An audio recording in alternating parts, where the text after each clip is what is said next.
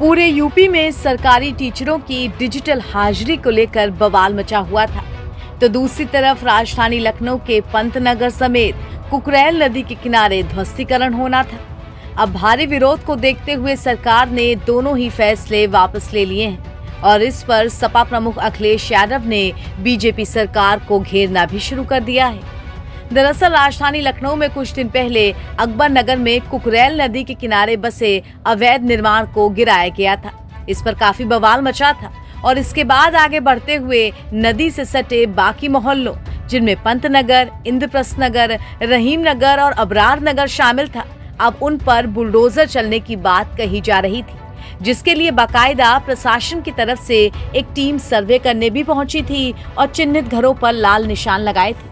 इस बात से जहां स्थानीय निवासी डरे हुए थे, तो वहीं इस मुद्दे को विपक्ष ने काफी जोर शोर से उठा रखा था।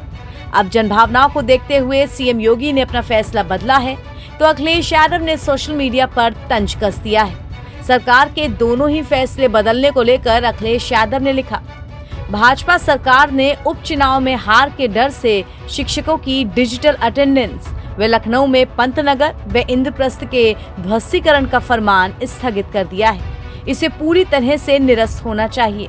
भाजपा का असली चेहरा शिक्षकों व आम जनता के सामने आ गया है। शिक्षक व आम जनता भाजपा को उपचुनाव ही नहीं, अगला हर चुनाव हराएगी।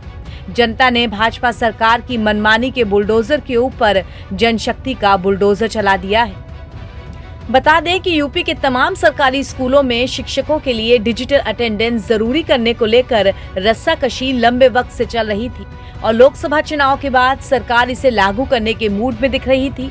सो सभी जनपदों को आदेश भेज दिए गए, मगर जहां शिक्षक संघ इसका पहले से विरोध कर रहा था, तो बारिश और बाढ़ ने इसमें और जोर लगा दी। बहुत सारे जनपद ऐसे हैं जहां बाढ़ प्रभावित इलाकों में बने स्कूलों में पढ़ाई करना तो दूर, वहां पहुंचना ही दुर्लभ है और उस पर डिजिटल हाजिरी शिक्षक कैसे लगाएंगे।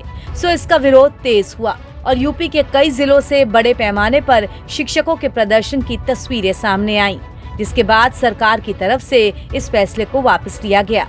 सरकार की ओर से डिजिटल हाजिरी को शैक्षिक गुणवत्ता से जोड़कर पेश किया जा रहा था। हालांकि अब सरकार ने अपने फैसले पर तत्काल रोक लगाने का निर्णय लिया है। यूपी शिक्षकों की डिजिटल हाजिरी पर 2 महीने के लिए रोक लगाई गई है और विवाद का हल निकलने तक इसे रोका गया है। अब क्योंकि यूपी में उपचुनाव नजदीक है और इन दोनों ही मुद्दों को लेकर अखिलेश यादव का मुखर होना जरूरी था, तो हुआ भी वैसा ही।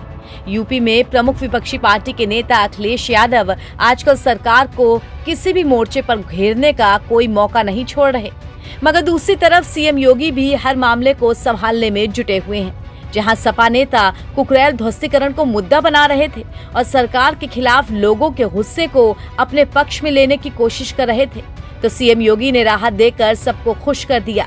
नतीजा, ध्वस्तीकरण का आदेश रद्द होने के बाद बच्चों से लेकर महिलाओं तक ने सीएम योगी जिंदाबाद के नारे लगाए।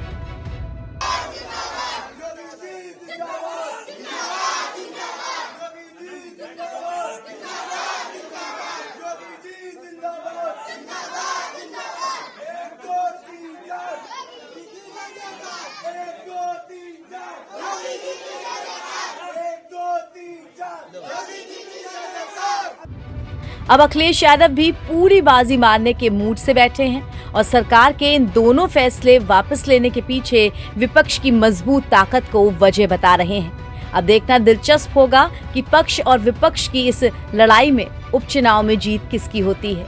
एनबीटी ऑनलाइन की रिपोर्ट।